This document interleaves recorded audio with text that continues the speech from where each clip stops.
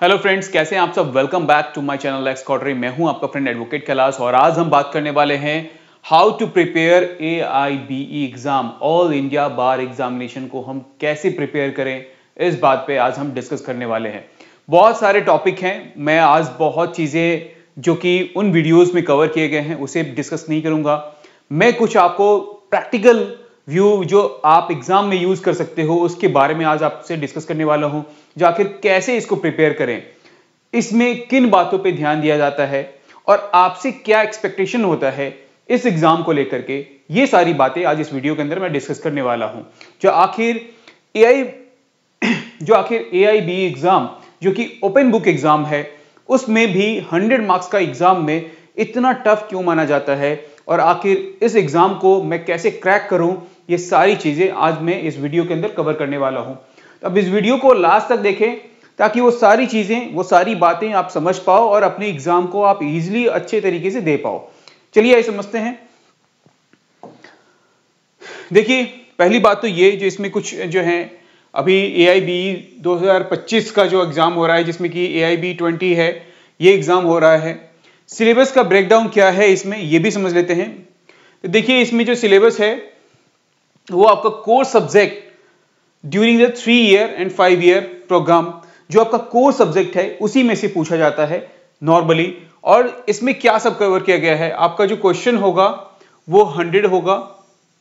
इसे मैं शॉर्ट में समझा रहा हूं क्योंकि मैं इसमें बहुत डिटेल में नहीं जाऊंगा, मैं आपको प्रैक्टिकल व्यू बताऊंगा। ये थोड़ा सा बताना इसलिए जरूरी है क्योंकि इस पेपर के बारे में थोड़ा सा बैकग्राउंड लेना, थोड़े इसके रूट लेवल को लेना बहुत जरूरी है। तो 100 मार्क्स का ये क्वेश्चन है, ओपन बुक एग्जाम होगा ये, और इसमें 19 जो है वो सब्जेक्ट कवर किए गए हैं और सभी जो है अपने अपने तरीके से वेटेज जो है वो ले रहे हैं। सारे जो सब्जेक्ट हैं, सारे जो एक्ट हैं वो अपने अपने तरीके से इसमें वो ले रहे हैं। जिसमें कि रिसेंट जो अपडेट हुआ है आपका BNSS, BNS और BSA, ये आप IPC और CRPC और एविडेंस एक्ट को रिप्लेस कर दिया है। तो ये आपको ध्यान में रखना है, जो आप कहीं ओपन बुक में कहीं पुरानी वाली बुक को लेकर ना चले जाएं, तो आपको नया ही बुक लेना है क्योंकि रिप्लेस हो चुका है। अब इसे समझते हैं जो आखिर ये पैटर्न कैसे होता है, इसका एग्जामिनेशन का जो पैटर्न है वो कैसे होगा। तो फर्स्ट स्टेप में हम ये समझ लेते हैं। देखिए, प्लानिंग करना है कैसे आपको, जितने भी एग्जाम का जो स्ट्रक्चर है वो आपका AIBE 2025 के अकॉर्डिंग क्या किया गया है। जो आपको कुछ चीजें जो कि आपको ध्यान में रखना है, ये आपके 22 रीजनल लैंग्वेज में आ रहे हैं। मोस्टली जो है ये ऑफर किया था इंग्लिश में, एंड 22 जो आपके रीजनल लैंग्वेज हैं, तो उस बेसिस पे आप सेलेक्ट कर सकते हैं। ठीक है, और क्या, देखिए इसमें ऑफिशियल नोटिफिकेशन आया है, जो क्वालिफाइंग क्राइटेरिया जो है वो 45% है for general OBC candidate and 40% for the ST SC। तो ये आपको ध्यान में रखना है, जो कम से कम 100 में से आपका 45% जो है मार्क्स आपको आए, तभी आप इस एग्जाम में पास आउट हो पाओगे।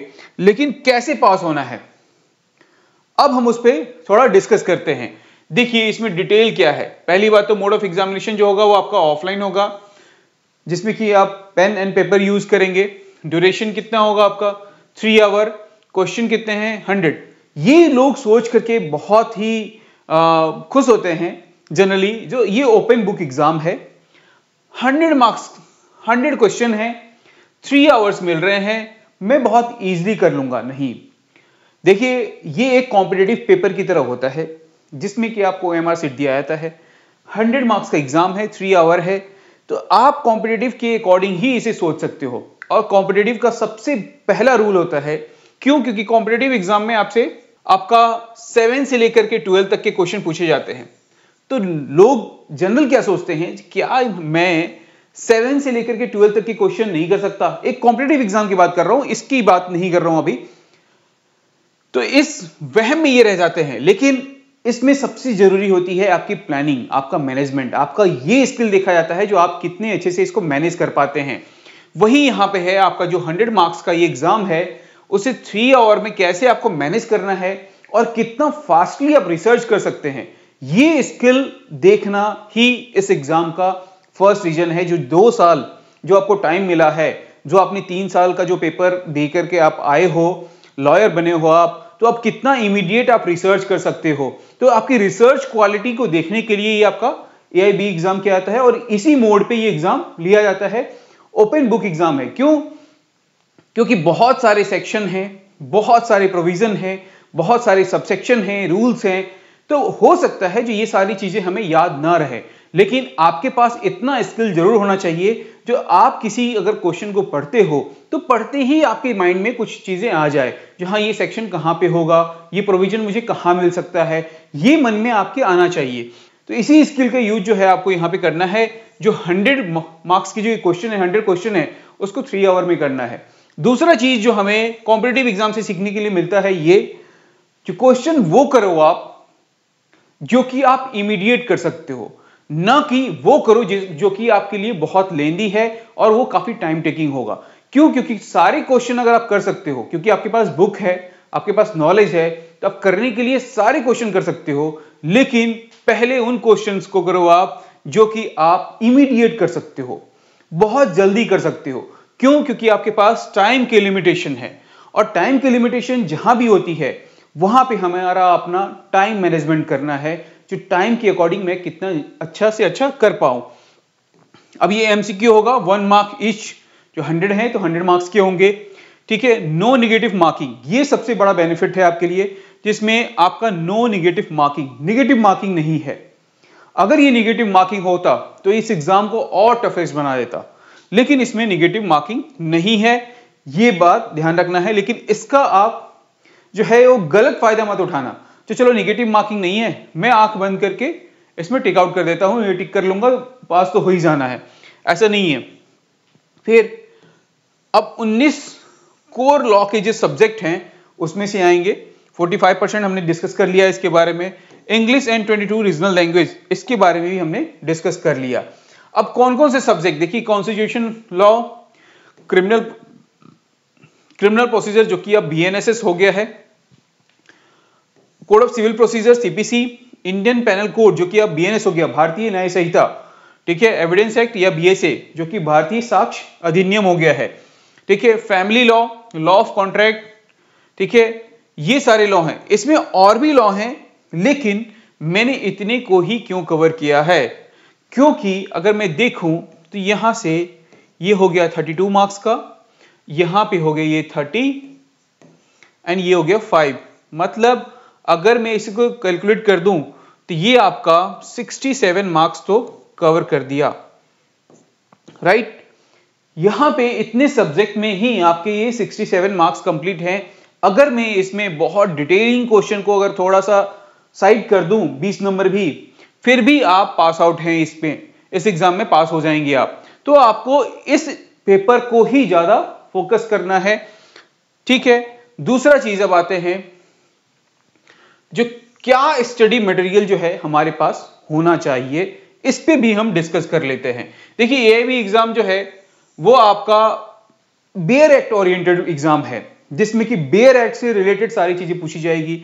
अच्छा, अब क्या चीजें होंगी, देखिए इसमें एसेंशियल स्कोर कॉम्बो जो है आपका 12 एक्ट हैं, मैंने जो बताया आपको अभी पीछे ही, जो कितने कवर हो गया इसमें आपका अप्रॉक्स 70 मार्क्स अप्रॉक्स इसमें कवर हो चुका है। तो अगर मैं देखूं 100 मार्क्स में से तो 70 मार्क्स अगर इस बुक में से कवर हो गया, अगर मैं इसमें से 20 मार्क्स जो ऐसे बता दूं जो बहुत लेंदी होंगे, लेकिन फिर भी 47 मार्क्स बचते हैं जो कि आप इजीली इसमें कर सकते हो। तो यही है आपका जो 70% मार्क्स जो है यहाँ पे कवर हो गए। एडवांस स्कोर कॉम्बो क्या है, जो extended coverage about 90% of the syllabus along with the essential includes additional acts such as Companies Act, Consumer Protection, RTI, Advocate Act and the Environmental Protection Act। अब देखिए ये जो act हैं इसमें से बहुत 2-3 नंबर के क्वेश्चंस आते हैं, और अगर इससे भी ज्यादा लेना है, मैक्सिमम स्कोर करना है आपको, तो आप सारे बुक लेके जाओ जितने भी पॉसिबल हैं। देखिए वहां पे पहुंचने वाले जो स्टूडेंट हैं वो काफी सारे बुक्स लेके आते हैं, लेकिन आपकी प्लानिंग होनी चाहिए। आप उस प्लानिंग के अकॉर्डिंग अगर एग्जाम क्वालिफाई करना चाहते हो तो आप उस अकॉर्डिंग जाओ। अब मैं आपको बताऊंगा जो किस तरह के क्वेश्चंस आते हैं और उस क्वेश्चन के प्रति आपका क्या रवैया होना चाहिए। देखिए हमारे पास 3 तरह के क्वेश्चन हैं। एक तो ये हो गया आपका, दूसरा जिसमें कि आपको डायरेक्ट क्वेश्चन पूछा जा रहा है, इसमें इसे पूछा जा रहा है which section of the CPC allow for the appeal from the original decree. अब इसका आंसर क्या है वो आप खुद ढूंढना, मैं अभी फिलहाल आपको बता रहा हूं जो किस तरह से प्रिपेयर करेंगे, ठीक है। अब यहां पे देखो आप, ये डायरेक्ट क्वेश्चन है जो कि सेक्शन से रिलेटेड है, तो इसे ढूंढना काफी इजी है। बाकायदा जो अगर आप किसी प्रोविजन को ढूंढते हो, अगर आप इसे पढ़ते हो, अब अगर मैं इसे पढ़ूं तो ये भी एक क्या है, ये भी एक तरह का सेक्शन से डायरेक्ट है। इस सेक्शन से पूछा गया जो ये कौन सा लर्निंग क्वेश्चन हो सकता है, यहां से मैं इजीली इसमें फाइंड आउट कर सकता हूं। लेकिन ये जो क्वेश्चन है हमारा, ये क्वेश्चन एक ऐसा क्वेश्चन है जो कि डिटेल हमें पढ़ना होगा, साथ ही उसे प्रोविजन से रिलेट करना होगा, तब जाके हम आइडेंटिफाई कर पाएंगे। तो एक क्वेश्चन को बनाने में, एक क्वेश्चन का आंसर ढूंढने में हमें कम से कम अगर 10 मिनट लग रहा है, पढ़ के समझ के ढूंढ के अगर हमें 10 मिनट लग रहा है, तो ये क्वेश्चन हमारे लिए नहीं बना है। ये क्वेश्चन हम तब देखेंगे जब हमारे 70% मार्क्स करेक्ट हो गए होंगे, जब हमने उतने कर लिए होंगे अच्छे से, तब हम इस पे ध्यान देंगे, ठीक है।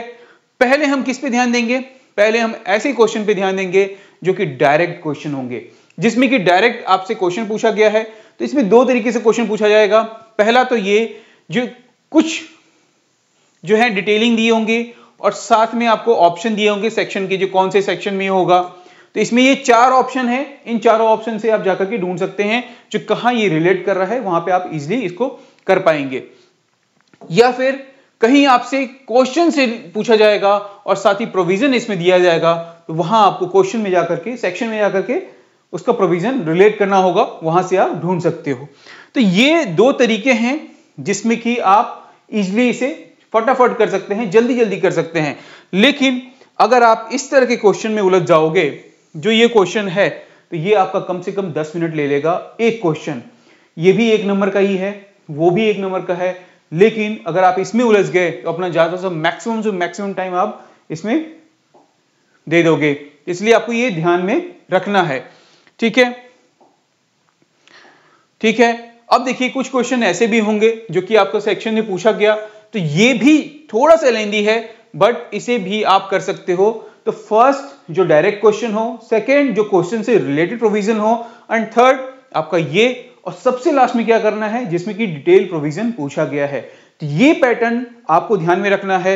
ये मुझे लगता है जो बहुत सारे लोगों ने आपको बताया होगा, समझाया होगा, लेकिन ये बात मैं आपको स्पेसिफिकली बता रहा हूं जिसमें बहुत ही डिफरेंट तरीका है समझाने का, तो इसी के अकॉर्डिंग आपको समझना है। दूसरी चीज क्या ध्यान में रखनी है आपको, जब भी आप बुक लेके जाओ, चलिए मैं एक बुक लेकर आता हूं। देखिए मैं एक बुक लेके आया हूं जो कि ये कोड ऑफ क्रिमिनल प्रोसीजर है, पुराना बुक है, आपको नया लेके जाना है, ठीक है, ये आपको ध्यान में रखना है। लेकिन कुछ चीजें जो कि समझने वाली हैं वो मैं आपको समझा दूं। जैसे कि अब ये मैं अगर दिखाऊं तो यहां पे आपके सेक्शन दिए हुए हैं, ठीक है, आपको अगर दिख रहा हो, मैं थोड़ा नजदीक कर देता हूं, ठीक है, ये आपके सेक्शंस हैं, ठीक है, ये आपका पेज नंबर है। तो दोनों चीज आपको ध्यान में रखना है। जो इनिशियली जब आप चेक करोगे तो ये सेक्शन से रिलेटेड जो भी होंगे वो आप डायरेक्ट इसमें जाकर के ढूंढ सकते हो, या फिर अगर कोई प्रोविजन से रिलेटेड होगा तो वो पेज नंबर आइडेंटिफाई कर लेना, आप उस पेज नंबर भी जाकर के आपको डिटेल में देखना है जो कुछ अगर प्रोविजन से रिलेटेड हो। जैसे कि हमने यहाँ पे देखा जो ये क्वेश्चन जो है वो आपका प्रोविजन से रिलेटेड है, तो उस सेक्शन के प्रोविजन में जाके देखना होगा जो उसमें क्या डिटेलिंग दे रखा है, उससे हमें रिलेट करना होगा, तब जाकर के ये हमें फाइंड आउट होगा। तो इस एग्जाम का जो मेन पर्पस है वो यही है, जो आपका रिसर्च, जो आपकी रिसर्च एबिलिटी है वो कितनी अच्छी है उसको जज करना, उसको देखना, जो आपने कितना अच्छा जो है 2 साल के अंदर या जो आपने 3 साल का जो पढ़ाई किया है उसमें आपने रिसर्च में कितना ध्यान दिया है, ये एबिलिटी चेक करना ही मेन इस पेपर का पर्पस है। कई लोग कहते हैं जो ये ओपन बुक एग्जाम है, ऐसा कुछ नहीं है, लेकिन 100 मार्क्स करना पूरा 3 आवर में कभी कभी बहुत मुश्किल हो जाता है, तो आप इस बात का ध्यान जरूर रखें। तो लास्टली ये कंक्लूजन आ गया आपका, जो सिलेबस में आपको ये ध्यान रखना है, ये नया सिलेबस आ गया है। दूसरी चीज, बेयर एक्ट, फाउंडेशन सपोर्ट जो है आपके जितने भी हैं वो आप लेके जाओ, उसमें आपको सपोर्ट मिलेगा, ठीक है ना। ये सारी बातें इसमें कवर हो चुका है। बाकी अगर कोई क्वेश्चन रह गया हो जो कि मैंने इसमें आपको नहीं बताया हो, अगर वो पूछना है आपको, तो आप मुझे कमेंट करके पूछ सकते हैं, क्योंकि बहुत जल्दी आपका एग्जाम होने वाला है। ये वीडियो मैं काफी लास्ट टाइम में बना रहा हूं, क्योंकि मुझे काफी सारे कॉल्स आए पूछने के लिए, तो मैंने सोचा इसके लिए मैं एक वीडियो बना दूं ताकि मैक्सिमम लोगों को ये इंफॉर्मेशन मिल पाए। अगर वीडियो पसंद आया हो, वीडियो को लाइक करें, चैनल को सब्सक्राइब कर लें, इस तरह की इंफॉर्मेशन आप तक सबसे पहले पहुंच पाए। Thank you so much.